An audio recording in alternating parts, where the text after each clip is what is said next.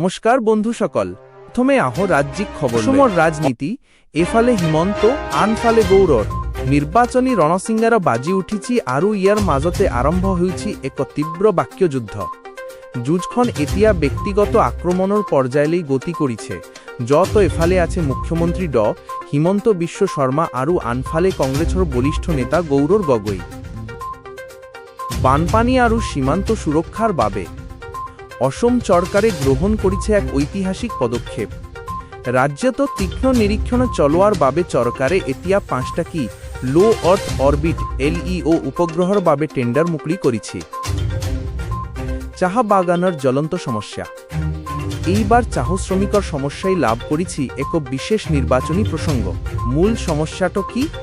বৰ্তমানৰ এই আকাশলংঘী মূল্য বৃদ্ধিৰ যুগত মাত্ৰ টଙ୍କା দৈনিক হাজিৰাৰে চলিবলৈ এতিয়া ভীষণ অসুবিধা হৈছে শ্ৰমিকসকলৰ।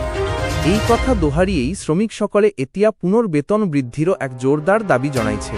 বিশেষকৈ ডিব্ৰুগড়ৰ বিভিন্ন চাহ বাগানত এই বিষয়ক লৈ এতিয়া চলিছে ব্যাপক চৰ্চা। বিশেষ খবৰ, গুৱাহাটীত খোৱা পানীৰ নতুন প্ৰকল্প মহানগৰবাসীৰ বাবে এক বিশেষ সুখবৰ। দীৰ্ঘদিনীয়া সমস্যাৰ পৰা মুক্তিৰ দিশে এতিয়া আৰু এক খোজ। দক্ষিণ পূব গুৱাহাটীত বিশুদ্ধ খোৱা পানীৰ যোগান নিশ্চিত কৰিবলৈ বিখ্যাত L&T কোম্পানীয়ে এক বৃহৎ ঠিকা লাভ কৰিছে। ইয়াৰ ফলত কি হ'ব? মহানগৰীৰ যি তীব্ৰ পানীৰ সমস্যা, সেই সমস্যা সমাধানৰ দিশত এতিয়া এক নতুন মাত্ৰা যোগ হ'ব। গুৱাহাটীবাসীৰ এতিয়া এটাই আশা, এই প্ৰকল্পই যেন অতি সোনকালে ঘৰে ঘৰে পানীৰ সুবিধা উপলব্ধ কৰে। ৰাজ্য চৰকাৰে নতুন উন্নয়ন প্ৰকল্প ঘোষণা কৰিছে।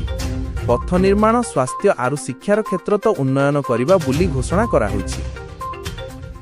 নৰেন্দ্ৰ মোদী চৰকাৰে নতুন স্কিম ঘোষণা কৰিছে যি যুৱ সমাজৰ বাবে উপকাৰী হ'ব। এই স্কিমৰ জৰিয়তে চাকৰি আৰু স্বনিয়োজনৰ সুযোগ বৃদ্ধি পাব। ডাঙৰ খবৰ, দেশত মূল্যবৃদ্ধি নিয়ন্ত্ৰণৰ বাবে চৰকাৰে নতুন ব্যৱস্থা গ্ৰহণ কৰিছে। ৰিজাৰ্ভ বেংকৰ নীতিৰ ওপৰত বিশেষ গুৰুত্ব দিয়া হৈছে। ডিজিটেল ভাৰতৰ অভিযানৰ অধীনত নতুন নতুন সুবিধা আৰম্ভ কৰা হৈছে। অনলাইন সেৱা অধিক সহজ কৰা হৈছে। ডিজিটেল ইণ্ডিয়াৰ দিশত আৰু এক খোজ। অনলাইন সেৱা এতিয়া আৰু অধিক সহজ আৰু সুলভ হ'ব।